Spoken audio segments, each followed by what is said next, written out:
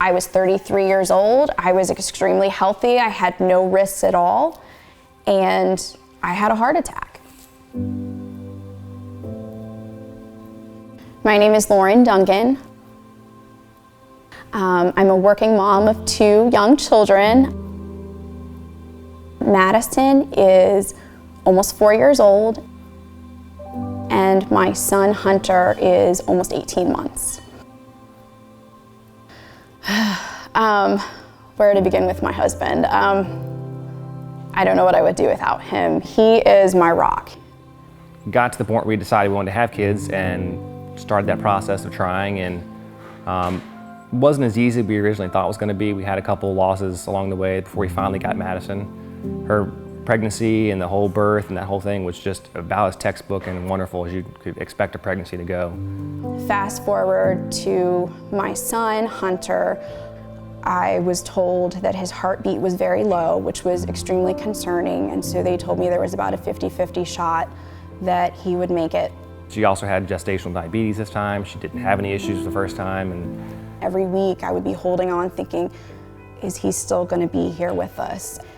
Through testing, we found out he has a small hole in his heart, and for whatever reason, he has a low heartbeat when he was in utero. They ultimately took him to the NICU after he was born.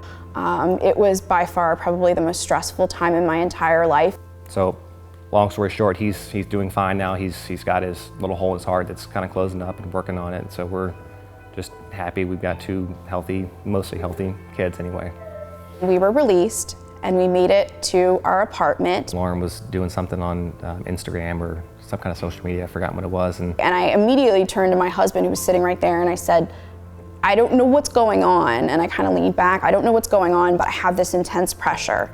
What do you need to do? Like, do we need to go down to the emergency room? And she's like, yeah, I think we need to. I have no idea how long it is. It seems like a really long time. It may have been 10 minutes, but it was a long time waiting for somebody to come back and talk to me and tell me what's going on. And while I'm doing that, I'm trying to think about who do I need to call to come here to help me out, because none of our family's here. I remember the first thing they said to me was, hey, good morning.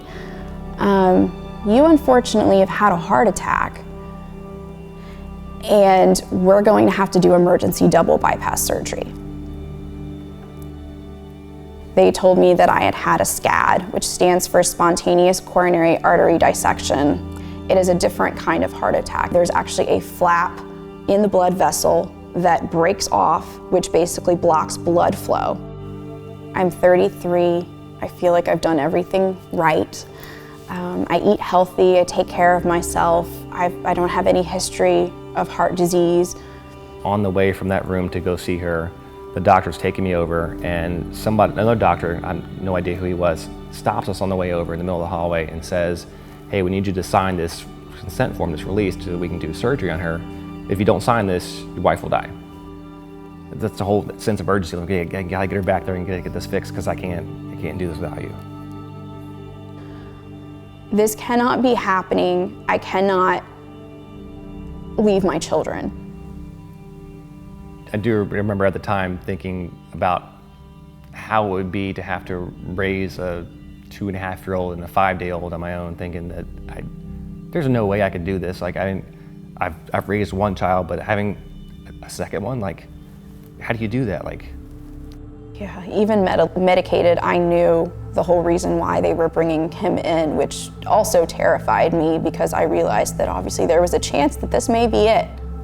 I cried and I said, sweetheart, I love you so much, and just take care of our children. It was surreal. It seemed like a moment out of a movie. I'll never forget that moment. Me either. So thankful you're still here. The unfortunate thing is that there isn't a lot that's known. SCAD is relatively rare. There is a fairly significant chance of reoccurrence, which was very scary to hear, but then my next question was, well, what can I do to prevent that reoccurrence? Well, they don't know. More research needs to be done.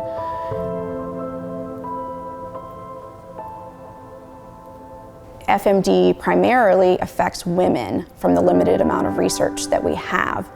And SCAD generally affects primarily women, and specifically young, relatively healthy women. There are many women who unfortunately go into the emergency room every day and are dismissed because they don't look like the typical heart attack patient. And so I joined the Go Red for Women campaign because the American Heart Association funds a lot of that research. But there's so much more that needs to be done. There is a potential genetic link with my condition. My mom has the underlying connective tissue disorder that I have, and there is a possibility that my daughter also has that genetic link. So now we're, almost a year and a half out, I guess. When you go through an event like this, it's just, everything changes, and what is important to us, I think, not that it wasn't important before, but it's just even more important now. And for us, of course, that's our family, and being together and being alive and being healthy.